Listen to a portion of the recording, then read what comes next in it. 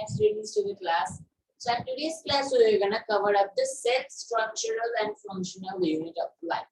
What is the meaning of this sentence? Cell. Now let me tell you what is cell. In the 6 pictures you can see that there are pictures of cell.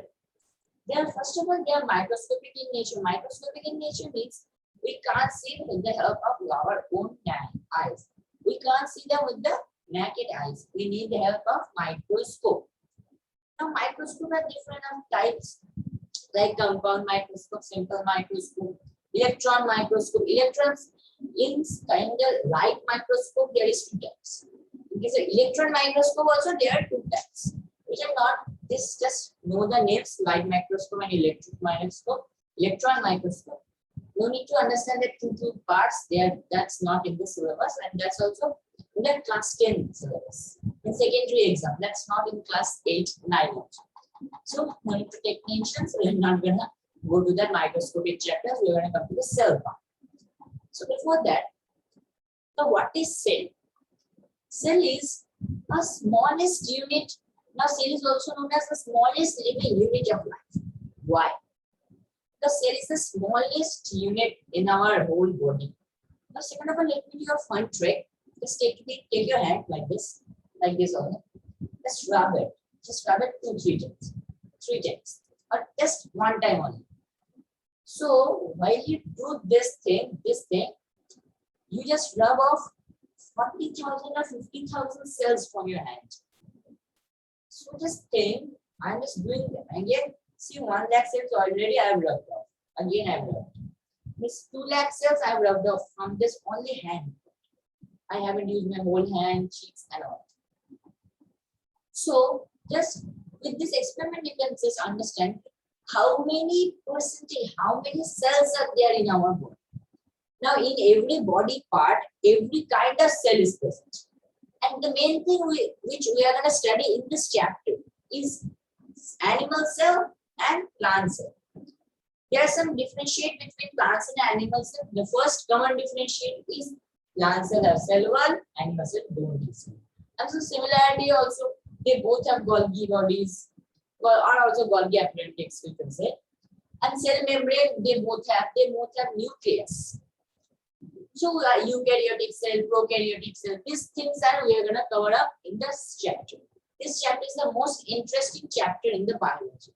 This chapter and the microorganism chapter. These both are the most important and the best interesting chapters of the biology class 8 syllabus. Okay, so let's start the class. So the first thing we are going to know is what is cell? Cell क्या है? Cell actually thing क्या है? हम लोग को क्या cell genes क्या है?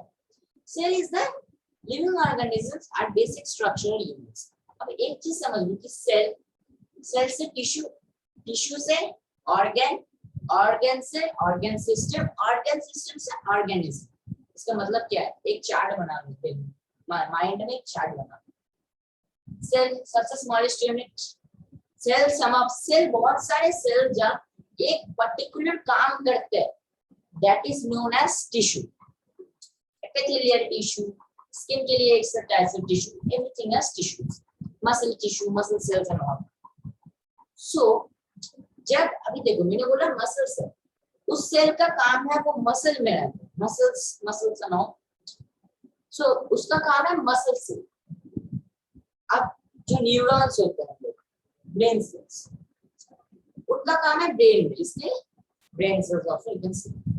सो इतने सारे सेल्स का सबका अलग अलग साइज भी होता है, काम भी होता है. RBC, red blood cells, that's also WBCs, white blood cells. Now WBCs का कोई specific shape नहीं होता. RBCs का होता है, RBCs का देखना ऐसा flat type, circle, not circle, that's like oval type. Circle होता है बीच में थोड़ा सा pressed, like structure. And also there are different types of cells. Like neuron is the longest cell in our body. And one thing also, neurons can sum up the earth. तो एक हमारे शरीर में जितने भी न्यूरॉन्स हैं, और हम लोग और जो डॉक्टर्स को न्यूरोलॉजिस्ट भी कहते हैं, सब न्यूरॉन्स मिलके मतलब हिंदी में जो होते हैं नसेज जो होते हैं, नशे नशे नशे जो होते हैं वो फुल एक हमारे बॉडी में एक बचे हुए एटम जो होते हैं वो फुल अर्थ को हमारे अर्थ को 7 बार डाउन कर सकता है. This was a interesting fact also on the neurons. हमारे शरीर में इतने सारे neurons. Okay, so let's come to the next part. T-cells may be compared to bricks. Bricks are assembled like a building. Now, what's the meaning of this? See, suppose, and I was just saying that tissue, then tissue सब 2-4 tissue मिलकर एक particular काम करते हैं, उसे बोलते हैं organ, like stomach. Stomach के अगर सबसे specific में जाओगे तो cells मिलेंगे और एक जगह पे इतने सारे cells मिलकर एक टिश्यू बनाएंगे और 2-3 टिश्यू लेकर एक ऑर्गन बनाएंगे और 2-4 ऑर्गन लेकर एक ऑर्गन सिस्टम. लाइक माउथ, हमारे डाइजेस्टिव सिस्टम में क्या है? माउथ, इसोफेगस और food pipe, stomach, liver, small intestine, large intestine and pancreas. And anus like that type. Excretory system that comes to the excretory system. So there are different types of systems which are present, organ systems which are present in our body. So before we are coming to the tissue part, that is also not in the class 8 syllabus, that is in the class 9, tissue is there. In that chapter, we are going to see some different types of tissues. Before that, if you understand what is cell, it will be easier for you to understand what is tissue. So I think you have got a bit idea of cell. At this video, I am going to just introduce what is cell. At the next further videos, we are going to come to the all specific parts of a cell. Suppose see, this is so interesting. A cell is so small, so small. इतना small होके भी उसके अंदर इतने सारे parts in the picture. See some examples are Golgi bodies, nuclear membranes, and all ribosomes and vacuoles, etc. बहुत सारे हैं. उस इतने सारे centrioles, chloroplast, and chlorophyll for plant cells. इतने सारे हैं, वो कितने छोटे हैं, सब इनका फंक्शंस कितने इंपॉर्टेंस है हमारी लाइफ के लिए, सब लोग हम लोग फर्दर वीडियोस में डिस्कस करने वाले हैं इस चैप्टर में. So this is the also the last chapter of our half yearly syllabus. After this we are going to cover up the revision part. Then after September and October, after Mahatma Gandhi's birthday, we are going to come to the next chapter. The next chapter is reproduction in animals. So I have introduced what is cell. Let's come to the next one. Is discovery of cell. I have wondered who discovered cell. Like कोई इंसान अगर ऐसे हाथ देखता तो नहीं कह सकता हाँ इसमें सेल. एक बच्चे को पूछो उसको समझ में आएगा सेल क्या है? नहीं. तो एक पर्सन तो होगा जिसने डिस्कवर किया सेल क्या है. तो in 1665 तब माइक्रोस्कोप नहीं था. अभी हम लोग का क्या है, चलो एक माइक्रोस्कोप ला, स्लाइड द देख लो, सेल देख लो, हो गया. That not easy in that time also. This is easy for this type. And nowadays also many people, maximum people don't have microscope in homes also. That mainly they are present in laboratories and in hospitals. So the first English scientist, this British scientist, British means England. So Robert Hooke, the name था Robert Hooke, very important. This name is very important. तो class 8 से 12 तक college life में भी अगर BSc MSc में जाते हो आप लोग, उधर भी ये काम आएगा. Who discovered cell? Robert Hooke. In 1665, that is not that important, but it's important. But नाम उनका who discovered cell? Robert Hooke. ये बहुत ज़्यादा important. So उन्होंने क्या किया था? Observe slice of cork, which is part of a bark of a trees. उन्होंने सोचा corks को trees के जो stems होते हैं corks को ना observe. तो देखो उनका ऐसा picture है, ऐसा like this. So he noticed first pertinent boxes or compartments in the boxes. और उन्होंने क्या notice किया था? कि compartments है. ट्रेन में क्या होता है? एक compartment, और दूसरा compartment, तीसरा compartment. ऐसे कंपार्टमेंट में भी सपोज एक ट्रेन एग्जांपल है. एक ट्रेन है हम लोग और ट्रेन के कंपार्टमेंट से हम लोग का टिश्यूज हम लोग ऑर्गन सिस्टम में ले आते हैं और टिश्यू नहीं. या train example train is our wheel. Suppose you is that example, humans are example of trains. Then train का एक कंपार्टमेंट है हम लोग का ऑर्गन सिस्टम, और ट्रेन का जो विंडोज है वो है हम लोग का ऑर्गन्स।